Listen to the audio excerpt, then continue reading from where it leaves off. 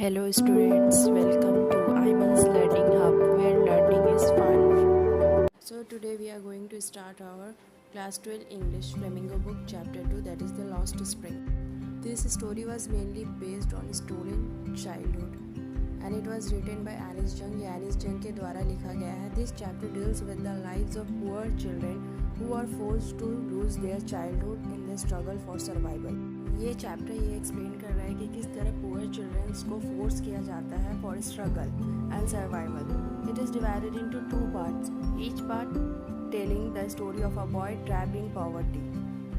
ये story 2 part में divided है और दोनों ही पार्ट में ये बताया जा रहा है कि किस तरह चिल्ड्रन फोर्स किए जा रहे हैं for child labouring. So part 1. Sometime I find a rupee in the garbage. Anis Jung meets Sahib Alam, a young rag picker from Simapuri. Anis Jung Sahib Alam से मिलती है.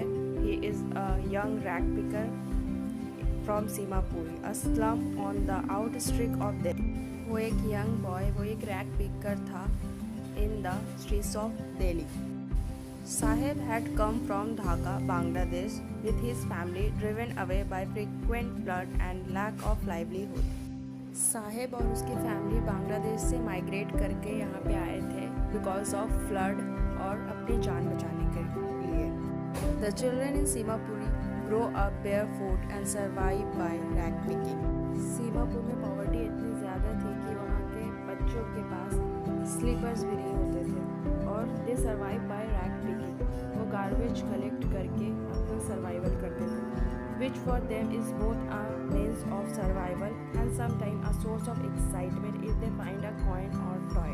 ये रैग पिकिंग उन लोगों के लिए सोर्स ऑफ सर्वाइवल भी था और समटाइम ये उन लोगों के लिए खुशी भी थी जब उन लोगों को गार्बेज से एक कॉइन मिल जाता था या फिर कोई टॉय मिल जाता था. Sahib once expressed his wish to go to school, but his dream remains unfulfilled. Sahib ने एक बार अपनी फीलिंग एक्सप्रेस करने की कोशिश की थी कि वो स्कूल जाना चाहता है, पर उसकी ये ड्रीम फुलफिल नहीं हुई because there are no school in his locality and his family is too poor.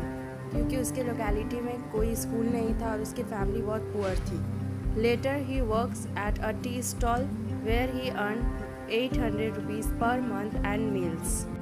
Rag picking के बाद वो एक टी स्टॉल में काम करता है जहाँ उसे 800 रुपीज़ पर मंथ और खाना मिल जाता है.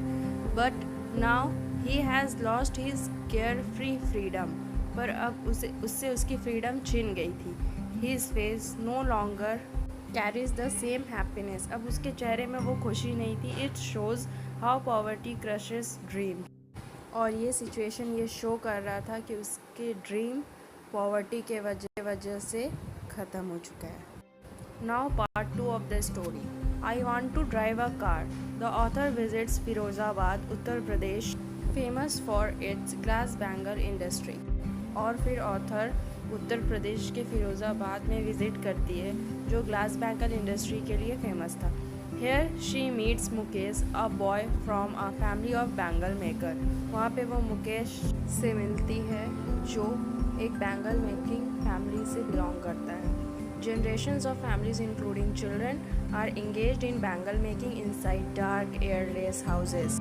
यहाँ पे हर जनरेशन के बच्चे बैंगल मेकिंग में इंगेज होते थे, डार्क में, एयरलेस हाउसेस में, और which damage their eyesight and ruins their health. और इसके वजह से उनकी आईसाइट और हेल्थ ख़राब हो रही थी. These families are trapped in poverty, exploitation by middlemen, lack of education and absence of leadership to help them break free. और वहाँ पे बहुत ज़्यादा पॉवर्टी, गरीबी थी और इसके वजह से मिडिल क्लास पीपल सफ़र कर रहे थे. लैक ऑफ एजुकेशन, उन्हें एजुकेशन नहीं मिल पा रहा था. वहाँ पे सही से लीडरशिप भी नहीं थी.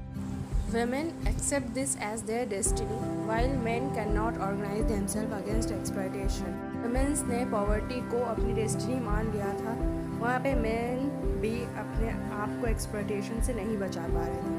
Unlike others, Mukesh dream of becoming a motor mechanic.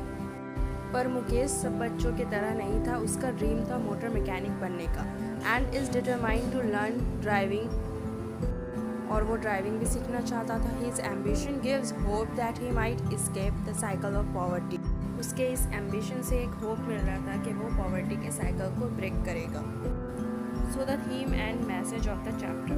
The chapter shows how poverty and tradition rob children of their childhood and innocence. कि poverty और sometimes tradition भी children से उसका childhood और innocence छीन लेते हैं. It highlights the contrast between children's dream and the harsh reality they face. And Annie's Jung appeals for education opportunities and social reform to end this cycle of child labor and exploitation. एनिस जंग ने appeal किया था education के लिए, opportunity के लिए और social reform के लिए to end this cycle of child labour and exploitation. So here our chapter ended. If you have any query about this chapter, feel free to ask me in the comment section, and after watching this video visit my Insta ID which is given in the thumbnail of this video. There you will get the most important question answer and MCQ, and soon we will meet in the next video. Thanks for watching. If you like this video, share it, and for more updates, subscribe it and don't forget to press the bell icon.